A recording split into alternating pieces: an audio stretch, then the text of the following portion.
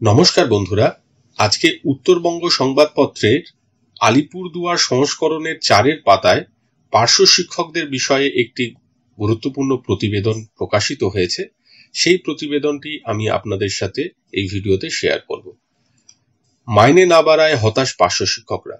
বীরপাড়া 20 ফেব্রুয়ারি। 100 দিনের প্রকল্পে শ্রমিকদের মজুরি বকেয়া কেন্দ্রীয় সরকারের কাছে, তবে রাজ্য সরকারের কোষাগার থেকে বকেয়া মজুরি মেটাতে চলেছেন মুখ্যমন্ত্রী মমতা বন্দ্যোপাধ্যায়। এদিকে পার্শ্ব শিক্ষকদের বরাতে এবছরও শিখে ছেড়েনি। বাজেটে পার্শ্ব শিক্ষকদের সাম্মানিক বাড়ানোর কথা বলা হয়নি। এতে পার্শ্ব শিক্ষকদের হতাশা আরও বেড়েছে। পার্শ্ব শিক্ষকদের প্রতি মমতা বন্দ্যোপাধ্যায়ের নেতৃত্বাধীন সরকার বৈষম্যমূলক নীতি নিয়ে চলছে অভিযোগ পার্শ্ব শিক্ষকদের একাধিক সংগঠনের। অবশ্য মমতা বন্দ্যোপাধ্যায়ের প্রতি আস্থা রেখেছে তৃণমূল অনুমোদিত পার্শ্ব শিক্ষকদের সংগঠনটি। পশ্চিমবঙ্গে প্রাথমিক ও উচ্চ প্রাথমিক মিলিয়ে মোট ৪৫,০০০-এরও বেশি পার্শ্ব শিক্ষক রয়েছেন। সর্বশিক্ষা মিশনের আওতায় কেন্দ্রীয় ও রাজ্য সরকার যৌথভাবে পার্শ্ব শিক্ষকদের সাম্মানিক দেয়। বর্তমানে উচ্চ প্রাথমিকে একজন পার্শ্ব শিক্ষকের সাম্মানিক ১৪,২০৬ টাকা, ১৪,২০৬। এর মধ্যে ইপিএফ বাবদ ১৭০৫ টাকা এবং প্রফেশনাল ট্যাক্স বাবদ ১২০ টাকা কেটে নেওয়া হয়, অর্থাৎ ওরা হাতে পান ১২,৩৯১ টাকা করে। এদিকে ইপিএফ ও প্রফেশনাল ট্যাক্স বাদ দিলে প্রাথমিক বিদ্যালয়ের একজন পার্শ্ব শিক্ষক হাতে পান ৯,৫০৬ টাকা। উভয়েরই ৩% করে সাম্মানিক বৃদ্ধি হয় ফেব্রুয়ারি মাসে। মার্চ মাস থেকে উচ্চ প্রাথমিকের পার্শ্ব শিক্ষকদের সাম্মানিক বাড়ে সর্বমোট ৪২৬ টাকা করে। আলিপুরদুয়ার জেলা মাদারিহাট একটি প্রাথমিক বিদ্যালয়ের পার্শ্ব শিক্ষক হরেন ওরাও বলেন, আমরা অর্থাভাবে ধুঁকছি, ওই কটা টাকায় কি আর সংসার চলে? খয়ের বাড়ি হাই মাদ্রাসার পার্শ্ব শিক্ষক মির্জাফর হোসেনের কটাক্ষ, বিরোধী দলের নেত্রী থাকাকালীন পার্শ্ব শিক্ষকদের সুদিন আনার স্বপ্ন দেখিয়েছিলেন মমতা বন্দ্যোপাধ্যায়। হয়তো মুখ্যমন্ত্রীর আসনে বসার পর তার স্মৃতি ধ্বংস হয়েছে। ফালাকাটার একটি হাই স্কুলের পার্শ্ব শিক্ষিকা তথা নিখিলবঙ্গ পার্শ্ব শিক্ষক সংগঠনের আলিপুরদুয়ার জেলার আহ্বায়ক উৎপলা রায়ের কথায় হতাশায় নিমজ্জিত হচ্ছি আমরা।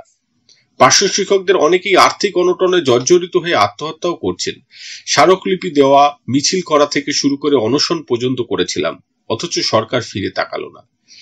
পার্শ্ব শিক্ষক ঐক্যমঞ্চের আহ্বায়ক ভগীরথ ঘোষ বলছেন, ২০১১ সালের ৩রা জুন আমাদের মঞ্চে এসে মুখ্যমন্ত্রী প্রতিশ্রুতি দিলেও আজ পর্যন্ত তা পূরণ করেননি।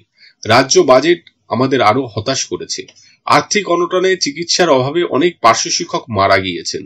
অনেকে দারিদ্র্যে জর্জরিত হয়ে আত্মহত্যা করেছেন। সব মিলিয়ে মৃতের সংখ্যা অন্তত ৩০০। পার্শ্ব শিক্ষক সহ অন্যান্য অস্থায়ী পদের শিক্ষকদের প্রতি আচরণে স্পষ্ট রাজ্য সরকারটা শিক্ষিতদের জন্য নয়। অবশ্য মমতার প্রতি ভরসার অটুট পশ্চিমবঙ্গ তৃণমূল পার্শ্ব শিক্ষক শিক্ষাকর্মী ও শিক্ষা সহায়ক সমিতি সংগঠনের রাজ্য কমিটির কার্যনির্বাহী সভাপতি শেখ রমিউল ইসলাম বলেছেন, পার্শ্ব শিক্ষকদের সার্বিক উন্নয়নে রাজ্য শিক্ষা দপ্তর ২০২২ সালে কমিশন বসিয়েছে, যা ১৮ বছরে প্রথমবার। সাম্মানিক বৃদ্ধিতে অর্থ দপ্তরের অনুমোদন দরকার, আমরা এ নিয়ে আশাবাদী। সম্পূর্ণ প্রতিবেদনটি আপনাদের সামনে উপস্থাপন করলাম।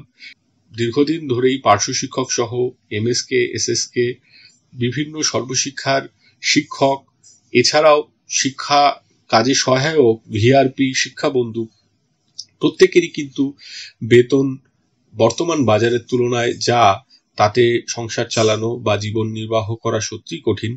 আমি আশাবাদী মাননীয় মুখ্যমন্ত্রী এই বিষয়টি অবশ্যই তার নজরে আছে এবং তিনি এই বিষয়টিতে অবশ্যই খুব শীঘ্রই কোনো পদক্ষেপ নেবেন, যাতে পার্শ্ব শিক্ষক এবং এসএসকে, এমএসকে টিচার সহ শিক্ষা দপ্তরের অধীন যে সমস্ত কন্ট্রাকচুয়াল আছে, সেটা ভোকেশনাল হতে পারে, এইচএস কন্ট্রাকচুয়াল হতে পারে, তাদের প্রতি কিন্তু একটা মানবিক দৃষ্টিভঙ্গি নিয়ে সব দিক বিচার বিবেচনা করে তিনি নিশ্চয়ই কিছু আগামী দিনে ঘোষণা করবেন, এই আশায় আজকের এই ভিডিও শেষ করছি। সকলে ভালো থাকবেন, সুস্থ থাকবেন।